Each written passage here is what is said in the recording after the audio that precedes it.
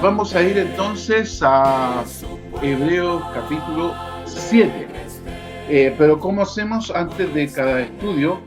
Un pequeño repaso que es muy importante hacerlo,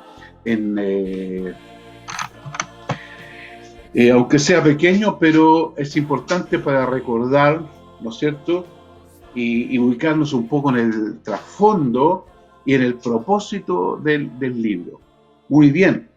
Eh, Lo principal de esta carta, hasta ahora, ¿no es cierto?, lo que estamos viendo es mostrar la superioridad del Señor Jesucristo, de Yehoshua, o de Yeshua, ¿no es cierto?, su nombre en hebreo. Estamos estudiando la carta a los hebreos. Es mostrar la superioridad de Él. Y el escritor ha venido mostrando que Él es superior a los ángeles, ¿eh? Es superior a los ángeles. Porque los ángeles son seres creados y Él no. Él es Dios, ¿eh? Él es superior a estos mensajeros. También, ¿no es cierto? Hemos venido viendo que Él es superior a Moisés, a Josué, y lo que estamos viendo últimamente, y comenzamos a ver desde el capítulo 6, superior al sacerdocio de Aarón. Eh, Aquí en estos capítulos entramos a algo que comienza a explicar el escritor y que ya previamente había dicho, bueno, saben ustedes, no han crecido todavía lo suficiente. ¿Mm? Debiéndose ya maestros, todavía no lo son porque no practican lo que aprenden.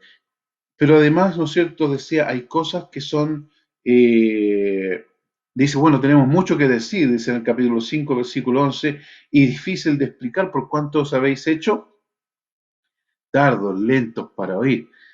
Y saben, aquí encontramos, a partir del final del capítulo 6,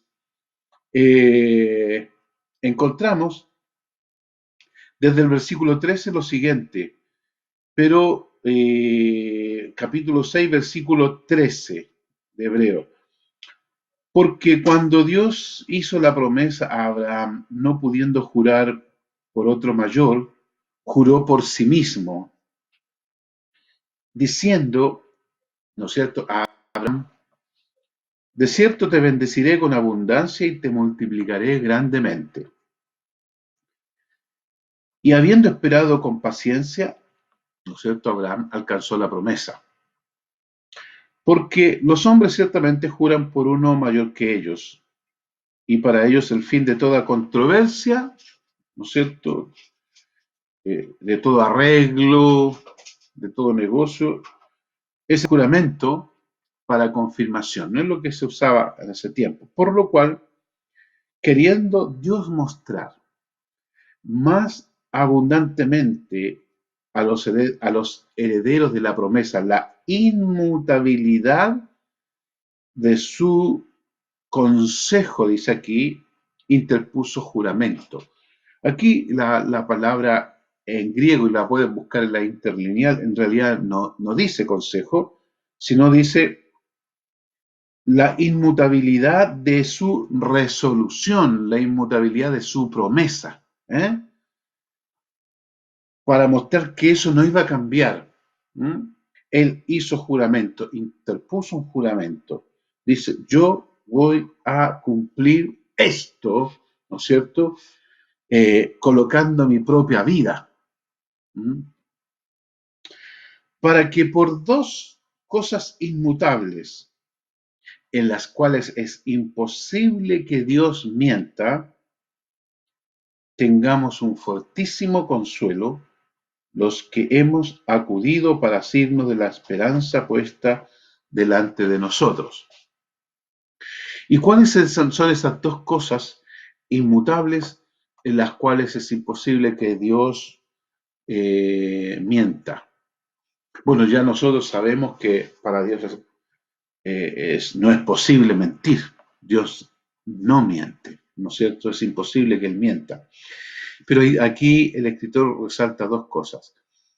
Y una es la promesa, ¿no es cierto?, de una herencia de la tierra y de la descendencia. Y por lo que vamos a ver más adelante en los capítulos de Hebreo, encontramos que esa promesa para Abraham, más allá de la tierra visible, ¿no es cierto?, en ese momento, era la Jerusalén celestial. Y también de su descendencia, el Mesías, el que iba a venir a dar su vida por los pecadores. Y esa fue la promesa de Dios. Y eso dice, es imposible que Dios mienta sobre eso. ¿Mm? Que son dos cosas inmutables. Bueno, lo que está haciendo ver el escritor como algo tan importante, ¿no es cierto? Y que Dios se basa en eso, ¿m? Y nos da seguridad de eso.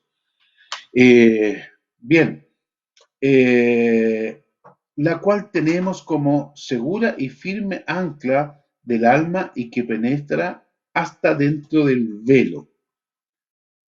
Lo que acabamos de decir, donde Jesús entró por nosotros como precursor. ¿Mm? ¿Dónde entró? Al cielo, Él ascendió al cielo. Él es el primero que de forma corpórea entra al cielo, sube. Nadie más, nadie más. ¿Mm? Aunque algunos piensan que Enoc o Elías, la verdad es que no. Si leen bien la escritura, no. Él es el primogénito en todo y Él es el primero en el Señor Jesucristo.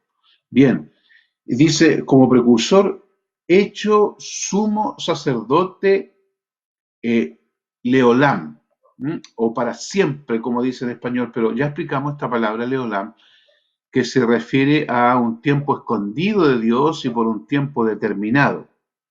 Bien, entonces, donde Jesús entró, ¿no es cierto?, al lugar santísimo, dice, eso se refiere, detrás del velo, por nosotros, y obviamente no se refiere al lugar santísimo que había en la tierra.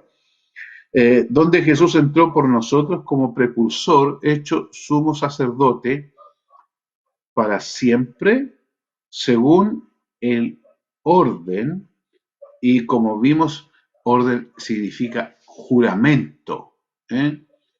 Eh, según el orden de Melquisedec. ¿Mm?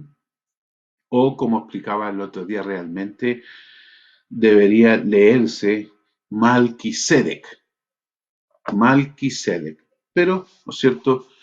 Aquí en español aparece Melquisedec. Bien, y llegamos al capítulo 7, que vamos a estar estudiando hoy día. Muy bien, ¿qué es lo que encontramos aquí? Vamos a ver. Desde el capítulo 7 vamos a comenzar a leer. Hagamos una primera lectura desde el versículo 1 al 10 para explicar algunas cosas. Porque Melquisedec, rey de Salem, sacerdote del Dios Altísimo, que salió a recibir a Abraham, que volvía de la derrota de los reyes, y le bendijo, a quien asimismo dio Abraham los diezmos de todo, cuyo nombre significa primeramente Rey de Justicia y también Rey de Shalem, esto es, Rey de Paz. Sin padre, sin madre, sin genealogía, ¿no es cierto? Se refiere a este Malquisedec o Malquisedec, que ni tiene principio de días, ni fin de vida, sino hecho semejante al Hijo de Dios, permanece sacerdote, y encontramos de nuevo la palabra leolam, que es, ¿no es cierto?, no significa para siempre, eternamente, sino por un tiempo determinado y escondido por Dios.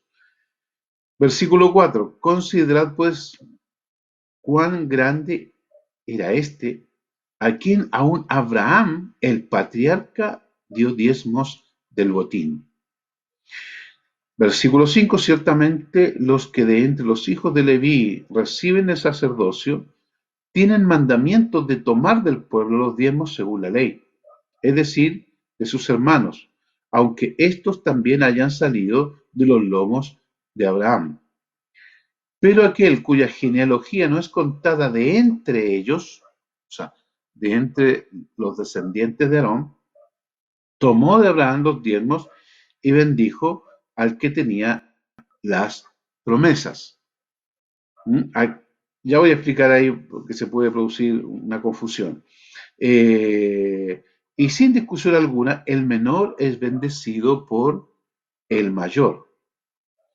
Y aquí ciertamente recibe los diezmos hombres mortales, pero allí uno de quien se da testimonio de que vive.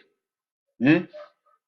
Y por decirlo así, en Abraham pagó el diezmo también Leví, que recibe los diezmos. Y el versículo 10, porque aún estaba en los lomos de su padre cuando Melquisedec le salió al encuentro. Bien, ¿qué es lo que encontramos aquí? Algunas cosas bien importantes para tener en cuenta. Y porque aquí el escritor va a demostrar que el sacerdocio de nuestro Salvador es mayor que el sacerdocio de Melquisedec. Eso es. Entonces aquí viene narrando algunas cosas importantes, como mostrarlo como superior a Abraham, porque Abraham le dio los diezmos a él, y en los lomos de Abraham, ¿cierto? Porque en ese tiempo todavía obviamente no estaba el resto de la descendencia de Abraham en ese momento, pero la Biblia dice que ya estaban en los lomos de Abraham, habían de venir, y había de venir, ¿no es cierto?, Leví, que fue el patriarca de la tribu de Leví, donde salió Aarón, y por eso dice que Aarón estaba en los lomos de Abraham, y de esa manera, ¿no es cierto?, profética, como queramos verlo, ya Aarón también estaba entregando los diezmos a Melquisedec. ¿Mm? Bien, pero dice este Melquisedec, rey de Shalem o rey de Salem. Algunos han pensado que se refiere a Jerusalén, pero no tiene nada que ver con Jerusalén, ¿no es cierto? Nada que ver. Sería un poco largo explicar, pero no es Jerusalén. Este Melquisedec dice sacerdote del Dios.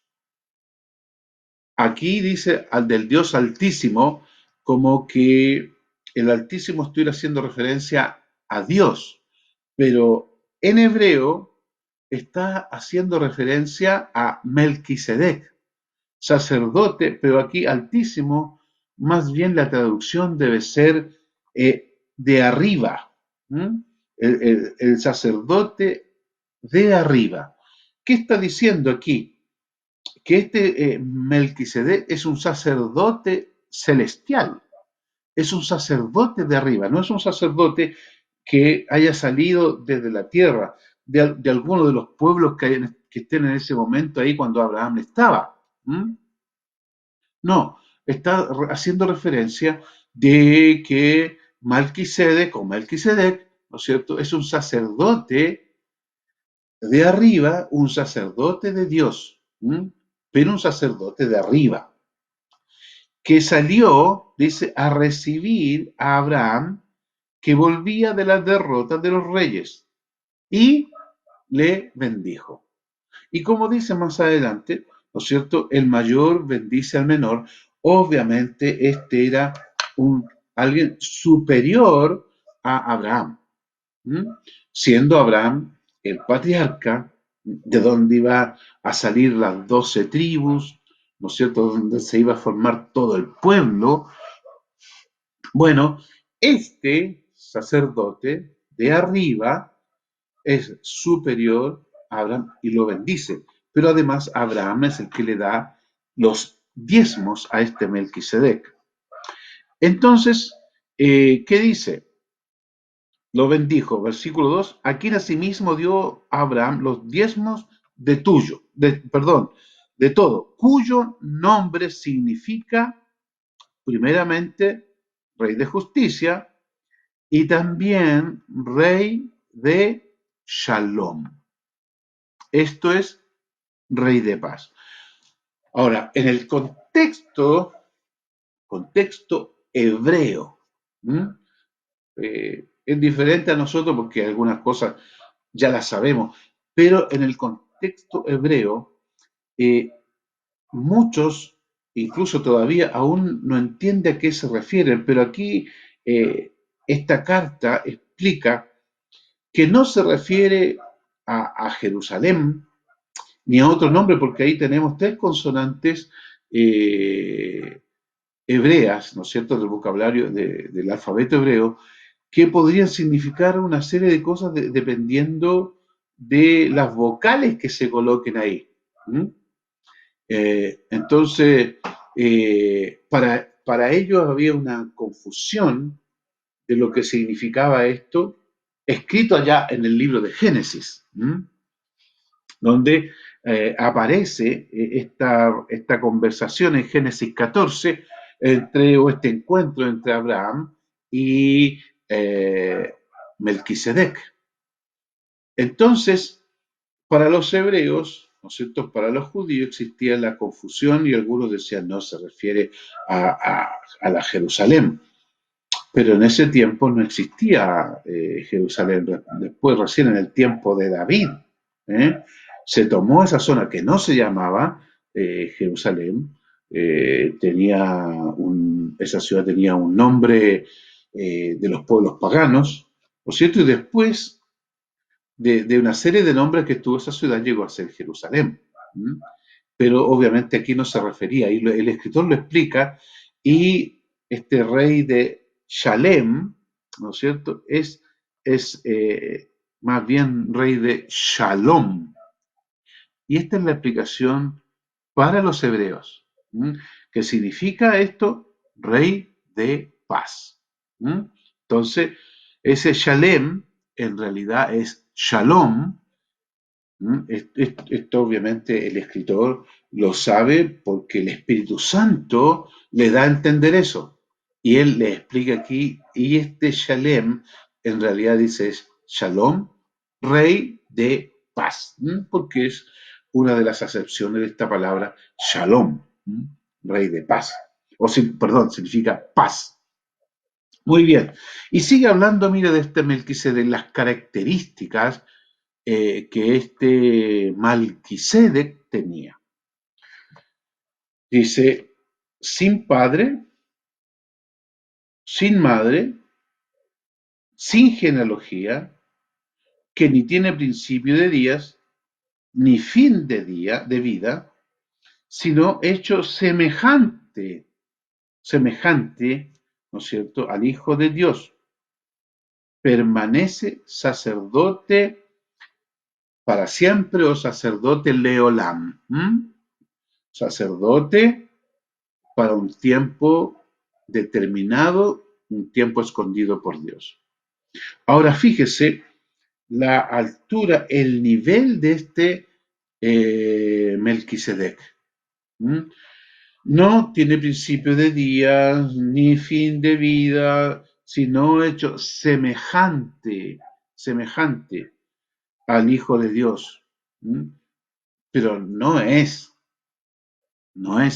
Dios, no es el Hijo de Dios. Y dice, y que permanece como sacerdote. Ahora, fíjese la información que nos da de este Melquisedec. Versículo 4. Considerad, pues, cuán grande era este a quien aún Abraham, el patriarca, le entregó los diezmos de lo que había obtenido en esa batalla que ganó. Ciertamente, los que de entre los hijos de Leví, y ahora el escritor se salta, ¿no es cierto?, ya generaciones para adelante para hablar ahora de qué, de la tribu de Leví, ¿no es cierto?, de donde viene Aarón, y de dónde salen los sacerdotes según la orden de Dios, como Dios ordenó, según su ley sobre el sacerdocio. ¿Mm? Ciertamente los que de entre los hijos de Leví reciben el sacerdocio, ¿eh?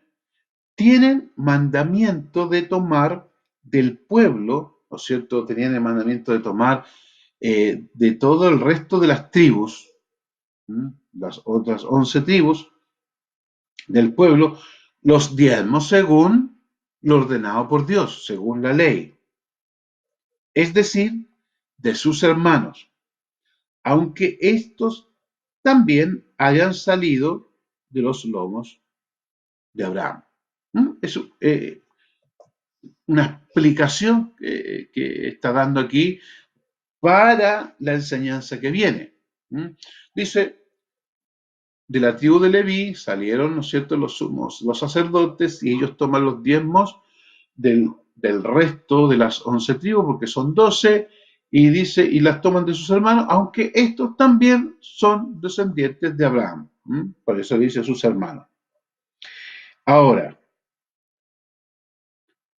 pero aquel cuya genealogía no es contada de entre ellos, o sea, Melquisedec no salió de la tribu de Leví, eso es lo que está diciendo, ni es descendiente de Aarón.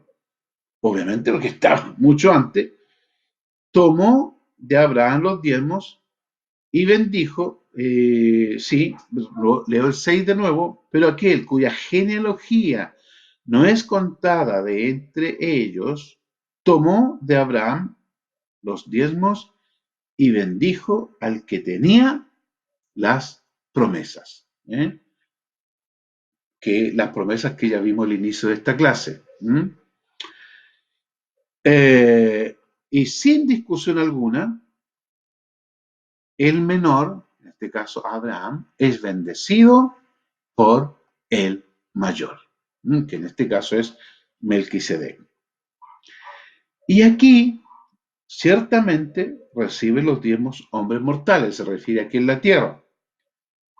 Pero allí, en ese tiempo, allí uno de quien se da testimonio de que vive, o sea, testimonio que es del cielo, que, que no es de entre los hombres. Y por decirlo así, en Abraham pagó el diezmo también Leví. Leví, que, ¿no es cierto? En ese tiempo, por decirlo en el contexto, nos colocamos ahí, que hoy está diciendo, recibe los diezmos. Porque aún estaba en los lomos de su padre cuando Melquisedec le salió al encuentro. Aquí hace esta explicación en este trasfondo de la historia y el escritor haciendo como un resumen, mirando desde lejos hacia el pasado, ¿no es cierto?, explicando lo que sucede con Abraham, lo que después practicaba Aarón de la tribu de Leví, pero une eso para decir, mire, este Leví, que apareció muchos años después, también dio los diezmos en Abraham porque estaba en los lomos de Abraham. Y es bendecido, por lo tanto, tanto Abraham como por este sacerdote de arriba, este sacerdote celestial. Es bendecido tanto Abraham como también Aarón. Ok, ahí hemos visto los primeros 10 versículos. Ahora, ¿qué encontramos? Versículo 11. Si pues la perfección fuera por el sacerdocio levítico, porque bajo él recibió el pueblo la ley, ¿qué necesidad habría aún de que se levantase otro sacerdote según el orden de Melquisedec y que no fuese llamado según el orden de Aarón? Aquí, ¿no es cierto?, encontramos una pregunta interesantísima que se va a comenzar a responder, a desarrollar a través de los próximos capítulos. Y dice, si pues la perfección viniese, la perfección fuera por el sacerdocio levítico, ¿m? Si viniese a través de ese servicio, de ese ministerio, diríamos hoy día, ¿no es cierto? Eh, ¿Qué necesidad habría aún de que se levantase otro sacerdote según el orden de Melquisedec? Ahora recuerden eh, que cuando se habla del Señor Jesucristo, ¿eh? Se habla de que Él viene según el orden de Melquisedec, según ese juramento. Es interesante aquí la pregunta, pero la base de esta pregunta tiene que ver aquí con la palabra perfección. ¿A qué se refiere? Bueno, esta palabra aparece muchas veces de aquí en adelante, hasta el capítulo 10. Y quiero que anoten, por favor, porque quiero que ustedes después lo repasen. Les voy a dictar esos versículos, los vamos a ver aquí, pero voy a dictarle esos versículos donde aparece o tienen relación, ¿no es cierto? Está dicho de otra manera diferente, pero tiene que ver con perfección. ¿Qué quiere decir perfección aquí? ¿A qué se refiere? Bueno, anoten, el primero es capítulo 7, versículo 11.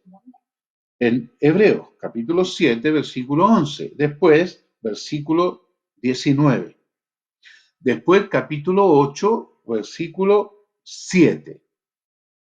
Después, capítulo 9, versículo 9 y 14.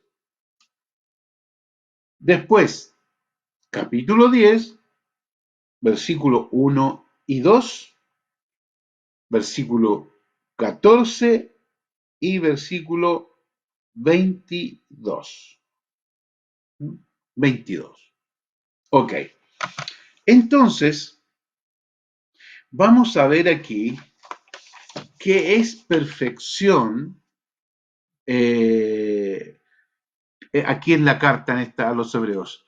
¿No es cierto? Ahora, cuando nosotros investigamos la palabra aquí, la misma palabra nos va dando la definición, ¿m? De qué es lo que significa perfección.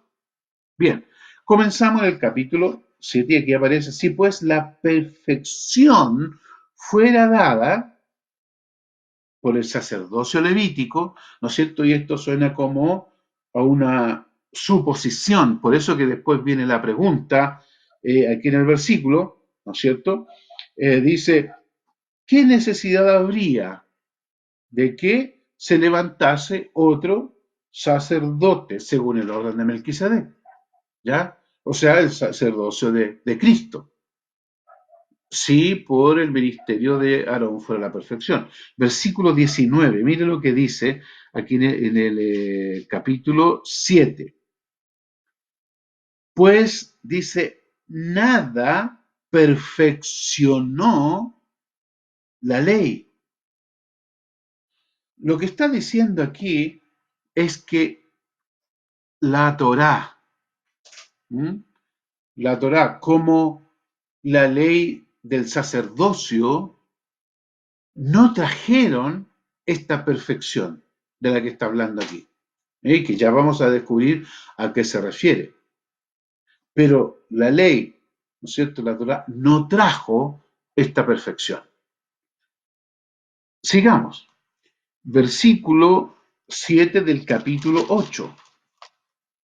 Dice, porque si aquel primero hubiese sido sin defecto, o sea, lo que está hablando ahí fuera perfecto, ciertamente no se hubiera procurado lugar para el segundo. O sea, está diciendo, si este sacerdocio, el de Aarón, hubiese sido perfecto, no se estaría procurando otro sacerdocio, ¿no es cierto? Que este es el sacerdocio del Señor Jesucristo, de Yehoshua, ¿no es cierto?, que es según el orden de Melquisedec. ¿Mm? Versículo 10 al 12 de este capítulo 8. Mire lo que dice. Por lo cual, este es el pacto que haré con la casa de Israel. Después de aquellos días, dice el Señor, pondré mis leyes, mi Torá, mi palabra, en la mente de ellos y sobre su corazón las escribiré. Y seré a ellos por Dios y ellos me serán a mí por pueblo. Y ninguno enseñará a su prójimo, ni ninguno a su hermano diciendo, conoce al Señor, porque todos me conocerán, desde el menor hasta el mayor de ellos. Porque seré propicio a sus injusticias, y nunca más me acordaré de sus pecados y de sus iniquidades. ¿Qué es lo que encontramos ya como una referencia a lo que para el escritor significa perfección? Es que Dios va a colocar en la mente, ¿no es cierto? Como dice aquí, pondré su ley en la mente y en el corazón, ¿no? Su palabra. O sea, que los que vendrían a futuro iban a ser personas que tendrían la palabra de Dios gobernando sus vidas. La tendrían en su mente y en su corazón. En algunos casos la palabra mente, ¿no es cierto?, hace referencia a los intestinos. Y hasta donde yo entiendo, los intestinos son los que hacen el trabajo de recibir los alimentos, separar lo que sirve de las vitaminas y todo lo que el cuerpo necesita y botar lo malo. Entonces dice yo, pondré mi palabra en sus intestinos y sobre su corazón las escribiré. Y aquí hace referencia a lo que es la mente. Y dice, y seré a ellos por Dios. Entonces, en primer lugar, ¿qué encontramos aquí? Que perfección se refiere a poseer la palabra de Dios, la Torá, las leyes de Dios en la mente y en el corazón. En la mente y en el corazón. Pero sigamos viendo, veamos capítulo 9 ahora. Capítulo 9, versículo 9 y luego el 14. Capítulo 9, versículo 9. Dice, lo cual es símbolo para el tiempo presente, según el cual se presentan ofrendas y sacrificios que no pueden hacer perfecto en cuanto a la conciencia al que practica este culto. O sea, ¿cuál? El del sacerdocio ahí en el templo físico, ¿no es cierto? Todo lo que se hacía ahí y el pago de las diferentes ofrendas que se hacían. Entonces, según el cual se presentan ofrendas y sacrificios, esos sacrificios que no pueden hacer ¿qué? Perfectos en cuanto a la conciencia al que practica ese culto. Aquí ya nos hace ver la ineficacia de ese sacerdocio. No podía solucionar un problema que tiene que ver con la conciencia. La conciencia. Bien, sigamos, versículo 14. cuanto más la sangre de Yehoshua, la sangre de Cristo, el cual mediante el Espíritu eterno se ofreció a sí mismo sin mancha a Dios, limpiará vuestras conciencias de obras muertas para que sirváis al Dios vivo. ¡Wow! Según el escritor aquí, y la pregunta, ¿no es cierto?, que está haciendo para reforzar lo que está diciendo, dice, ¿cuánto más la sangre del Mesías, el cual mediante el Espíritu eterno se ofreció a sí mismo sin mancha a Dios, limpiará, ¿qué cosa? Vuestras conciencias de obras muertas, para que, o obras ineficaces que nos sirven, para que sirváis al Dios vivo. Bien, sigamos. Capítulo 10, versículos 1 y 2. Porque la ley, teniendo la sombra de los bienes venideros, ¿no es cierto?, la Torá, no la imagen misma de las cosas, nunca puede, por los mismos sacrificios que se ofrecen continuamente cada año, hacer perfectos a los que se acercan. ¿Eh? Leo de nuevo, porque la ley, ¿no es cierto?, la Torá o la ley del sacerdocio, teniendo la sombra de los bienes venideros, no la imagen misma de las cosas, nunca puede, por los mismos sacrificios que se ofrecen continuamente cada año. Recuerden ustedes, el sumo sacerdote entraba cada año al lugar santísimo para ofrecer sacrificio primero por sí mismo y luego por el pueblo, ¿no es cierto? Dice, nunca puede hacer perfectos a los que se acercan. O sea, nunca pudo hacer perfecto ni a Aarón ni a nadie que presentaba sacrificios, ni por los cuales Aarón presentaba sacrificios. No podían. Ahora, de otra manera, cesarían de ofrecerse, porque si lo llegan a ser perfectos, ¿para qué continuar? Pues los que tributan este culto, limpios una vez, no tendrían ya más conciencia de pecado, cosa que no sucedía, porque tenían que seguir haciendo sacrificios, ¿no es cierto? Porque seguían siendo pecadores y la conciencia seguía ahí seguía acusándolos, ¿ya? Ahora vamos al versículo 14, versículo 10, perdón. Leímos el 1 y el 2, versículo 10 de Hebreos capítulo 10. Dice ahora, en esa voluntad,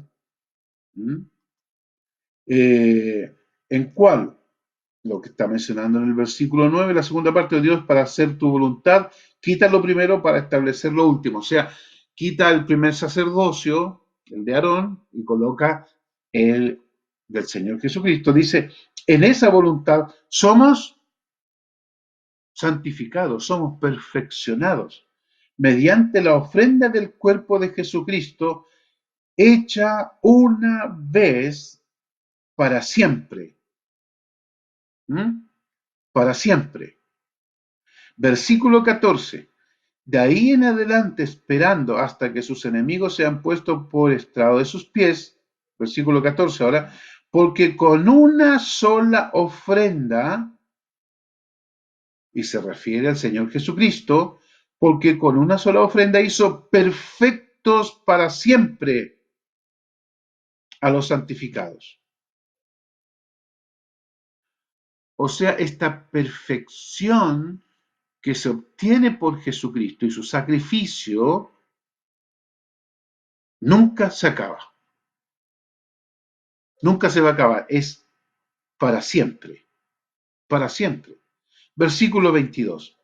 Acerquémonos pues con corazón sincero, en plena certidumbre de fidelidad, purificados los corazones de mala conciencia y lavados los cuerpos con agua.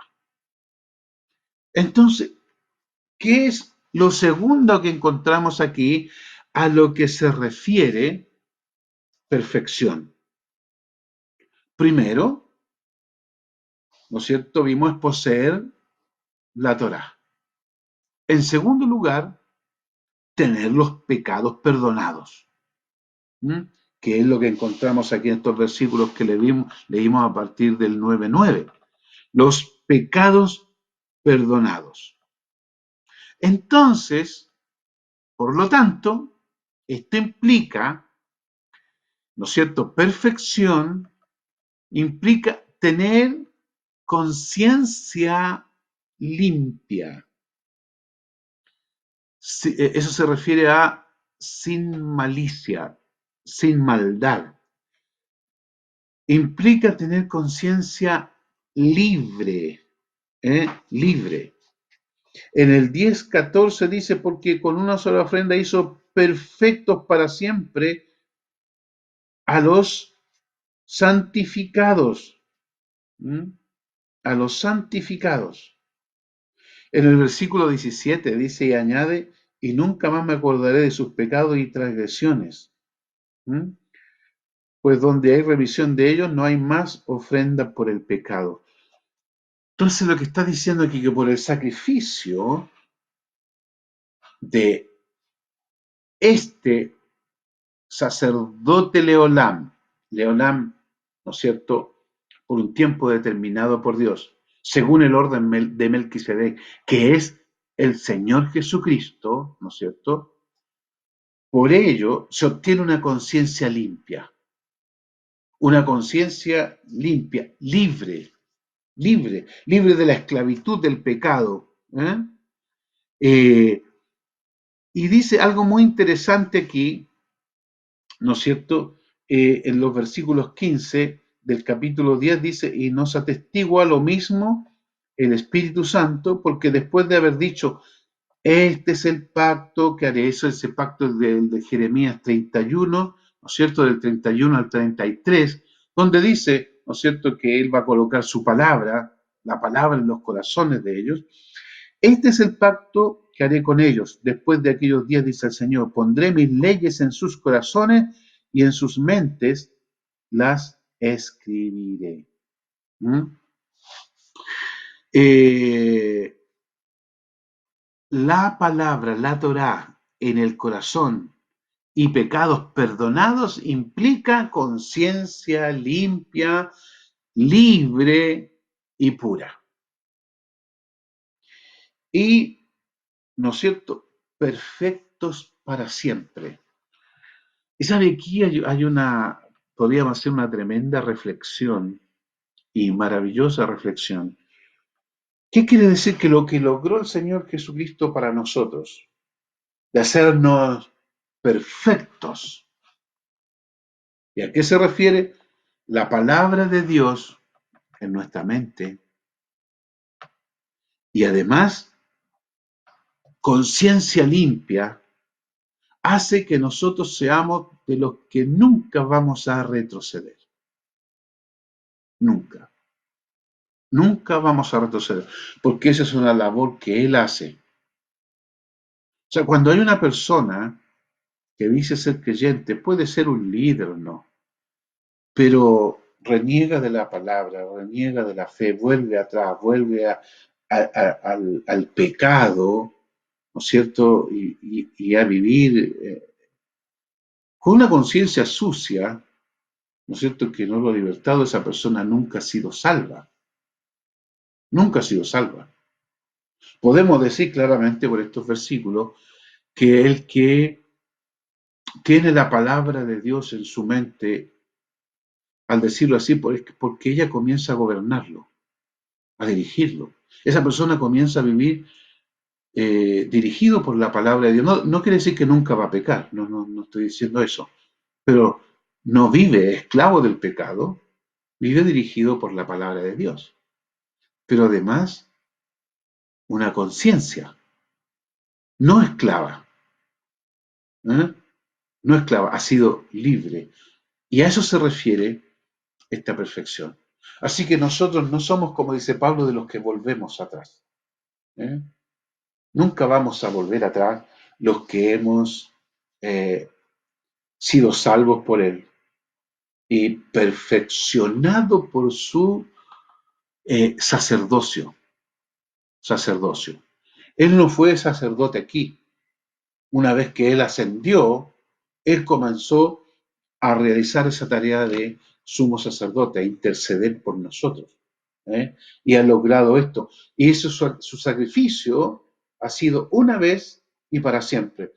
El pretender, como sucede hoy día, el interés grande de volver a construir el templo, ¿no es cierto? El templo, conocido como el templo de Salomón, volverlo a construir y volver a hacer sacrificio, eso es una negación, una afrenta al sacrificio del Señor Jesucristo y del cual ningún creyente podría participar si eso alguna vez llega a ser, porque lo que se pretende es levantar el templo y volver a hacer sacrificio, pero es de aquellos que no han sido salvos, ¿no es cierto?, por la fidelidad del Señor Jesucristo. La gracia y la misericordia de Dios no ha caído sobre ellos. ¿Mm? Y nosotros hoy día no tenemos que hacer ningún sacrificio. Él hizo todo. ¿Qué es lo que tenemos que hacer cuando pecamos? Tenemos que colocar nuestras manos sobre su sacrificio y confesar nuestros pecados. Y la Biblia dice que Él nos perdona y nos limpia. ¿eh? Pero es su sacrificio hecho una vez y para siempre. Así es que es tremendo lo que significa perfección. Lo que significa. Muy bien, entonces sigamos ahora. Versículo 11 del capítulo 7. Volvamos ahí. Si pues la perfección, o sea, la Torah de la mente y conciencia limpia, fuese por el sacerdocio levítico, o sea, por el sacerdocio de Aarón, porque bajo él recibió el pueblo la ley, ¿qué necesidad habría aún de que se levantase otro sacerdote según el orden de Melquisedec y que no fuese llamado según el orden de Aarón? Bueno, obviamente la perfección no vino por eso y era necesario que se levantase otro sacerdote del cielo. Mire ahora cómo va a explicar esto, ahora podemos entender mejor. Porque cambiado el sacerdocio, necesario es que haya también cambio de ley. ¿De ley de qué? Se refiere a toda la Torah, obviamente se refiere a la ley del sacerdocio, porque ese es el contexto. No se está refiriendo a toda la Torah, aquí en este versículo. ¿Y de quién se dice esto? Es de otra tribu de la cual nadie sirvió al altar. Sigamos para que entendamos eso. Porque manifiesto es que nuestro Señor vino de la tribu de Judá, o sea, no de la tribu de Leví, de la tribu de Judá, de la cual nada habló Moisés tocante al sacerdocio. Claro, Moisés dijo, van a ser de la tribu de Leví los sacerdotes, de aquí en adelante. Así que Moisés nada habló de eso. Pero aquí está hablando el escritor que había necesidad de un cambio, de un cambio. ¿Por qué? Porque el sacerdocio de Aarón nunca iba a lograr la perfección. Versículo 15. Y esto es aún más manifiesto. Si a semejanza de Melquisedec se levanta un sacerdote distinto, no constituido conforme a la ley del mandamiento acerca de la descendencia, o sea, de la ley del sacerdocio, según, o sin, perdón, sino según el poder de una vida indestructible. O sea, según el poder, ¿no es cierto? Según el juramento de una vida indestructible, según lo que podía lograr una vida indestructible. Y se refiere al Señor Jesucristo. ¿Eh? O sea, uno que sea superior a Malquisedec o Melquisedec. ¿Mm? O sea, un sacerdocio superior al de Melquisedec, porque ese sacerdocio de Melquisedec tampoco podía lograr la perfección. Pues se da testimonio de él. Tú eres Cohen o sacerdote para siempre, o sea, Leolam, para un tiempo determinado por Dios, según el orden de Melquisedec. ¿Mm? Ahora, explico esta palabra Leolam, que no se refiere para siempre, sino a un tiempo escondido. ¿Por qué? Porque el sacerdocio del Señor Jesucristo, ¿no es cierto?, comienza cuando Él asciende. Pero en algún momento eso va a terminar porque no va a ser necesario. Él está intercediendo por nosotros, ¿no es cierto? Y llevando a hombres a la salvación. Pero llegará un momento en que ya no será necesario ese sumo sacerdocio. Por eso es la palabra Leolam, aquí la palabra hebrea Leolam, que se refiere a un tiempo determinado por Dios. Bien, versículo 18.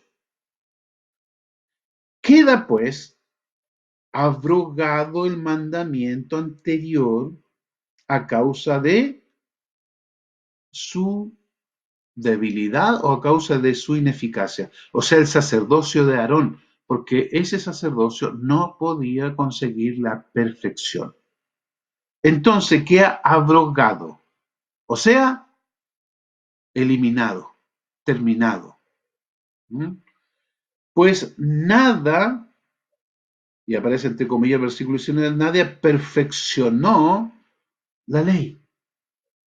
Y aquí está diciendo que la Torá en sí no logra por ella misma la perfección.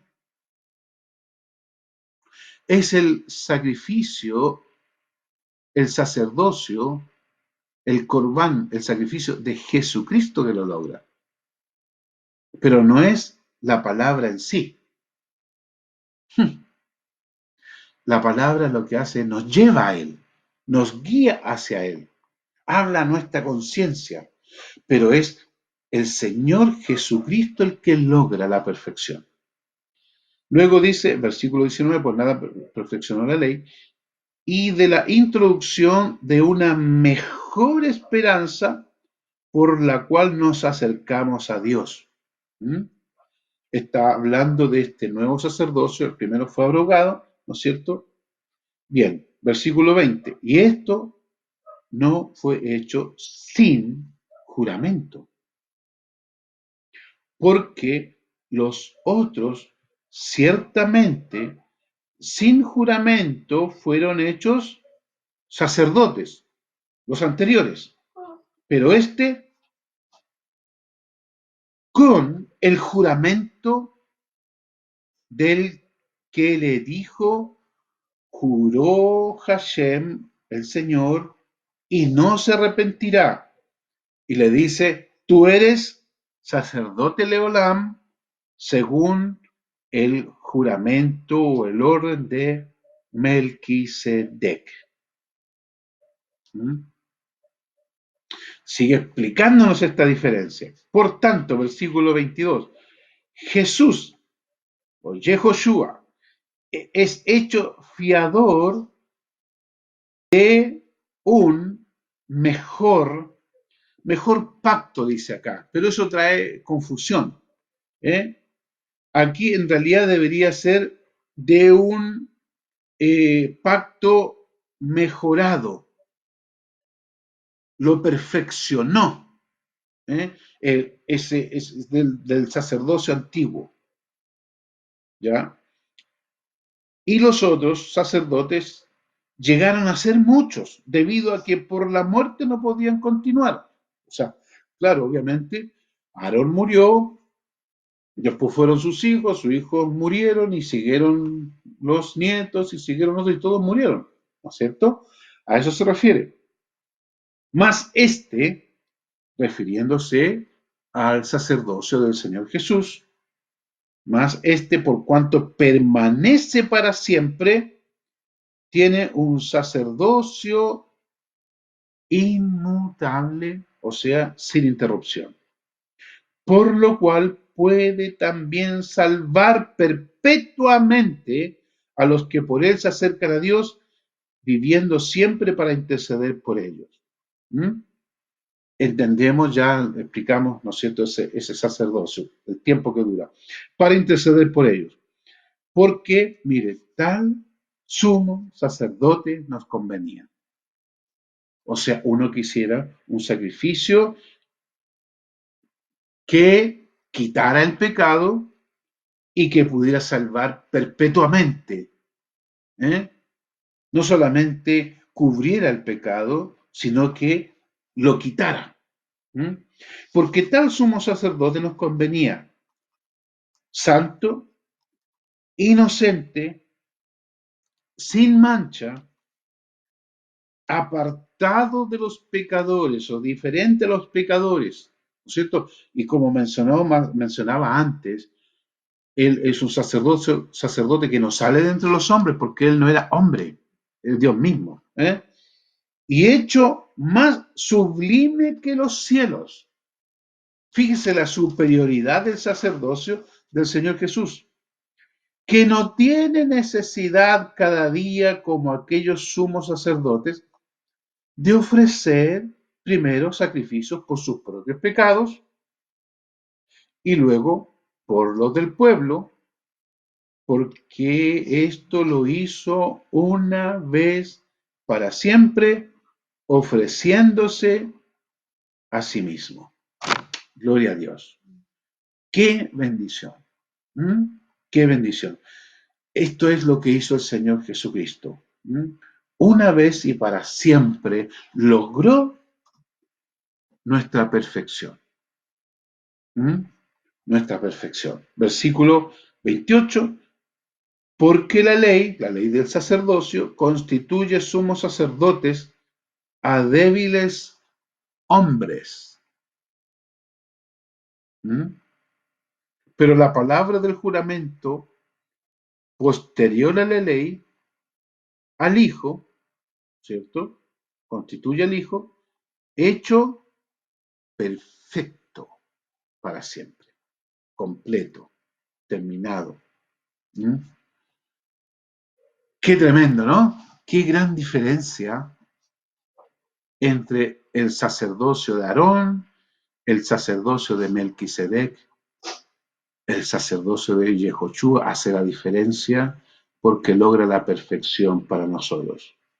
El versículo 1 del capítulo 8 dice, ahora bien, el punto principal de lo que venimos diciendo es que tenemos tal sumo sacerdote, el cual se sentó a la diestra del trono de la majestad de los cielos, ministro del santuario y de aquel verdadero tabernáculo que levantó el Señor y no el hombre.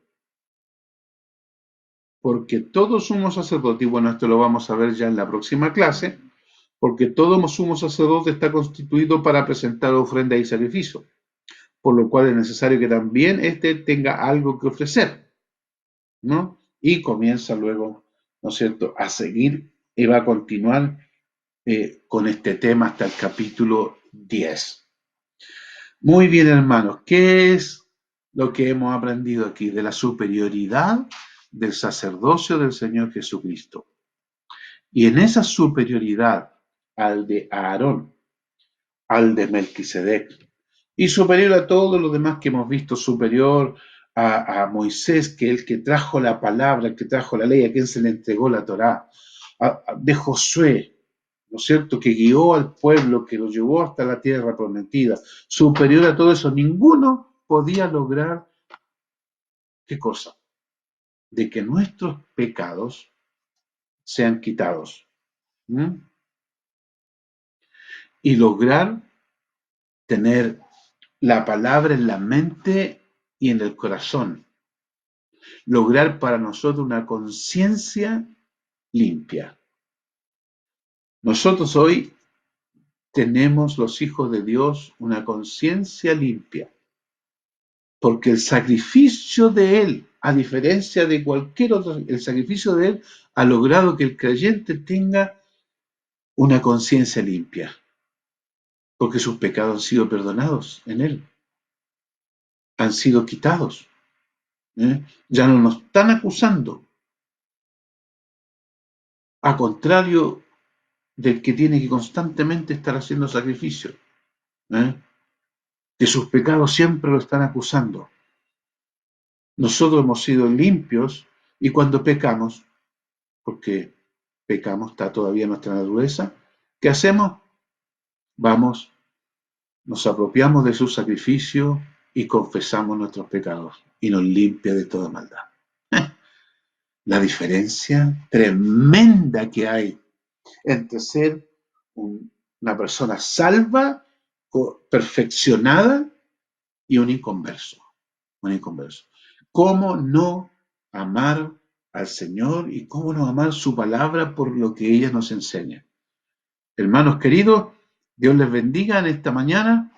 Espero que hayan anotado, ¿no es cierto? Esto va a quedar grabado, lo pueden repasar después si es necesario entender un poco más, si surge alguna pregunta, lo van a poder ver, ¿no es cierto? Ya sea aquí en el Facebook de la iglesia o en el canal de YouTube, donde el hermano Claudio le ha dado la dirección para poderlo ver ahí y repasar esta preciosa enseñanza que va a continuar, porque Él nos va a dar más antecedentes y dejarnos pero absolutamente claro este concepto.